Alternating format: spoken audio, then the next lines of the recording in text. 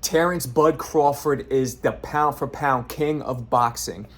But nipping at his heels, also in his division, is Philadelphia's own Jaron Ennis. Now, Bud did just move up to 54, and Boots is a champion at 47. But Boots recently announced, since he signed with Matchroom in an interview literally just yesterday, that he is looking to fight anybody at 47 and 54.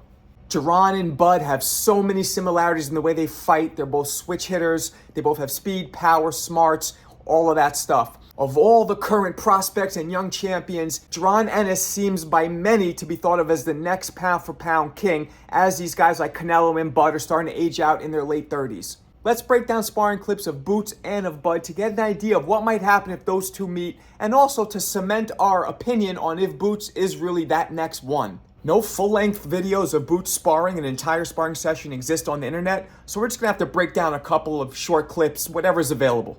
Here we go. There's Boots, obviously in the pink, headgear and gloves. Ooh, nice body head attack. Let's see that again. Boots those two shots, one up top and then two to the body. There we go. So he distracts with the shot to the head and then fires down in the body. Great body. Ooh, there again. Great body work by Boots. Let's see it again. There again. An uppercut to the head, another 3 shots to the head. Now the high guard's up and then he goes right down to the body as soon as he lifted his opponent's hands up. Very slick. Ooh, there's Boots with a nice, let's see that again. Ooh, he parries the front hand and hits him with a straight right. Beautiful, and then slips. So that's very tough to do. Parries with the same hand and counters with that same hand. All right, here the footage was kind of bad. The angle was off, couldn't really see. Here's a nice straight. Let's see this again now.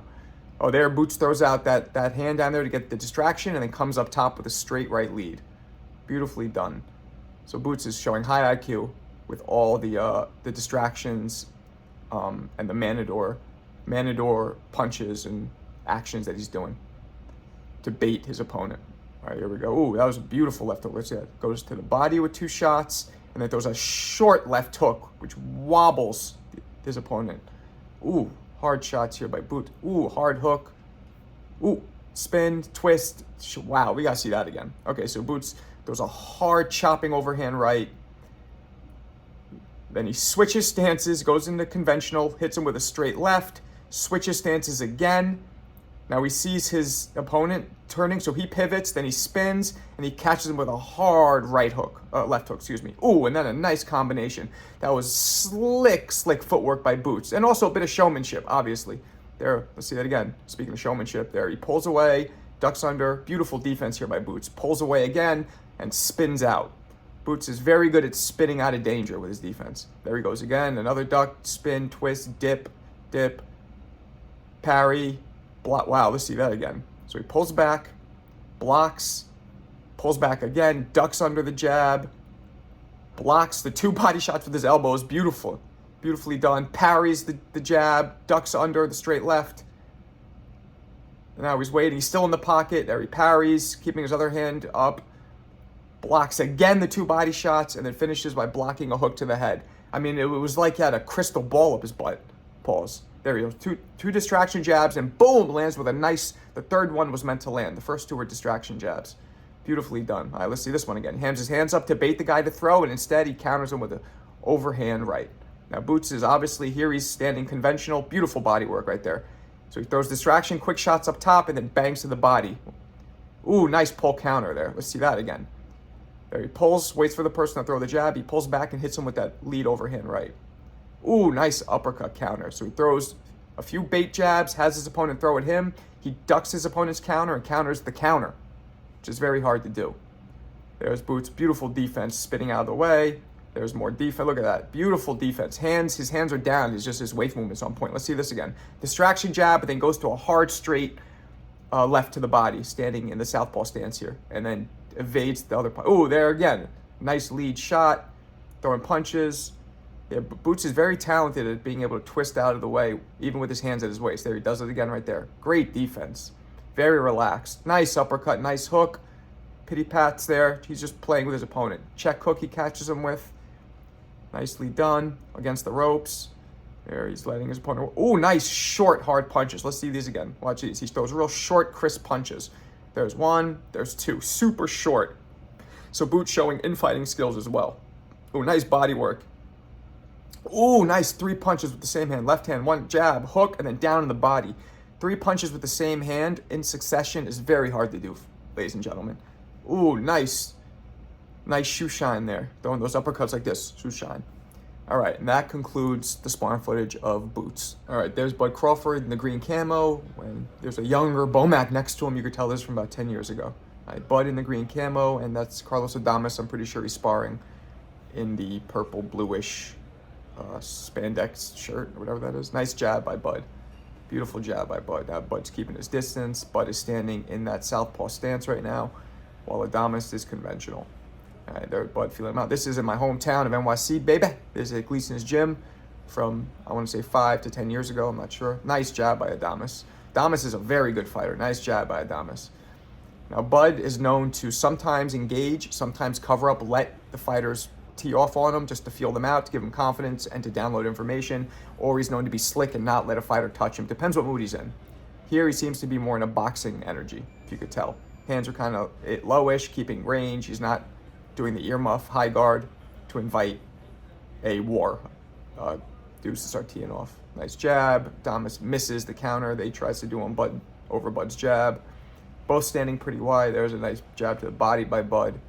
Yeah, Bud's just waiting. Jab, you see that jab didn't have much on it.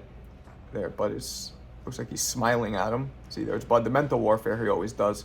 That's a big part of Bud's game. Ooh, nice double straight right land, and then the right hook. Ooh, and 2 body shots that Bud is slightly picking off. Ooh, nice shots. But Bud is picking most of those off, and now Bud is going into what I was just talking about. He's putting that high guard up, the earmuff, and he's inviting his opponent to throw, and he's smiling at him. Ooh, nice shots, but all picked off. All those look like they were picked off. Let's see again. There, blocked first one, second one, third one. Bud's waiting. Blocks those 2. All those were picked off by Bud, and Bud smiles at him. That really, really deflates you when you're hitting somebody with everything you have or trying and they smile at you. Now, if you're hitting them, it's one thing, but when they're being picked off, ooh, nice again. Throws a couple shots, they're picked off, and he spins off Bud. Yeah, now Bud's coming at him, trying to wear him down and break his confidence, break his will. You know, he's not really hitting. Ooh, nice combos, but Bud, again, picking it up, yeah, shaking. Let's see, right there. He got hit with a jab, Bud did, but he shook his head, yes. Ooh, nice body shot, 2 body shots. Nice hook. Another nice right hook. Let's see that again. Bud leans in with a straight left, then a hard body jab. And then he pity pats, waits for an opening, hits him with a short, crisp right hand, jabs him, and another short, crisp right hand over the top. Bud is the king at throwing short, hard punches. The shorter they are, ooh, nice short shot there. Let's see that again. He waits for Adames to throw, and at the exact same time he's throwing, times him beautifully. Throws as Adames is throwing, because now he took Adames' shots. He knows that Adames can't hurt him, so he's not worried about taking those shots to land his own. Ooh, nice uppercut there by Adames, though. But he has Adames moving, see? Adames was aggressive, but now he's moving away because the energy shift changed. Bud showed that I could take your shots, and mine are short, crisp, and hard. Ooh, nice 1-2 by Adames. Bud counters there with a hook. Now Bud's starting to move a little bit and counter. Again, now, yeah, see, now he's starting to go from all earmuff to a little bit of waist movement because he's starting to get a little more aggressive. All right, so now Bud's starting to stalk him, put that mental pressure on him and that physical pressure. Ooh, beautiful. Watch these shots. Catches him right as Adames is throwing with 2 shots. He's like, it's like he's waiting for Adames' shoulder to move, and the second he knows Adames is going to throw, he nails Adames with his own shots. Ooh, that was beautiful again there. He blocks 2 shots from Adames and then counters him with another short, hard punch. Those are the same short shots that hurt Errol Spence, guys. Let's see this one again. There, he lets Adames throw body shots. He takes a shot just to give his own. So Bud had no problem taking a punch to land his own harder counter. Beautifully done. See Adames right there. Shook his head. Let's see this again. So right in the clinch. And oh, look at that short, hard overhand left. And it made Adames shake his head like, oh, Jesus. Ooh, another short, hard shot. Let's see that again. Bud's underneath, and look at that. Almost from behind his back, he hit him with an overhand right, which was very short and from a very difficult angle. And that seems like it ends that sparring as well. So right off the bat, you saw the striking similarities between Boots and Bud. Even their names, Boots and Bud, roll off the tongue very similarly. Jaron showed serious power. He showed serious boxing skill and high IQ. His speed was ridiculous. He also showed a chin. He also showed such strong will and determination. Boots seemed, though, like he expended more energy when he threw. His shots seemed a little more looping, and he seemed like he expended more energy. Now, mind you, he's 26, so he's young enough, so he has that energy to spare. While Bud, who's 36 or 37, I think at this point, he conserves his energy. He's very efficient with his punches, and that comes in time. We saw that with Floyd Mayweather when he went from Pretty Boy to Money May. Everything slowed down. It was a conservation of energy. Bud also throws way shorter punches than Boots. But both guys hit with almost equal speed. Both guys switch stances, switch hitters as they call them, go from southpaw to conventional throughout the fight at a drop of a dime. There seems to be no weakness in either stance. Both men seem to fight well in both stances. Both guys had great boxing IQs. Both guys set traps really well. Both guys are aggressive. Boots seems to be a little more aggressive, while Bud seems to be a little more patient, a little more calculated. But both guys show seriously amazing counterpunching skills. The major difference, though, is the defense. Now, both guys have great defense, but Jaron is so much flashier with his defense. He creates a spectacle with the eye. He entertains. And while that's not a necessity to win, it does catch the eye. Boots is also flashier in general. He'll do that extra motion, that extra thing to get the crowd amped up. So what it comes down to is, I think the biggest difference between the two right now is experience. Boots is also slightly taller. Boots is about 5'10", 5'11", whereas Bud is about 5'7", 5'8". So that height difference will probably enable Boots to keep going up and up in weight and maybe even end his career at 168 cleanly and legitimately. Bud's talking about going to 68, but that's more just a challenge himself. Body-wise, he's probably not going to go past 54, maybe 60 at the most. I look at Jaron Boots Ennis, and I don't see any fighter in the future that could take that pound-for-pound spot over Jaron Boots Ennis. Thus far, I don't see any weaknesses in Boots and just potential to get better and better. And for the million-dollar question, what would happen if Bud and Boots fought right now? Well, I don't know. I always say that I go with experience. You have to go with experience. While Jaron Boots Ennis has trailblazed through all of professional boxing, there's still a lot left on the table we haven't seen.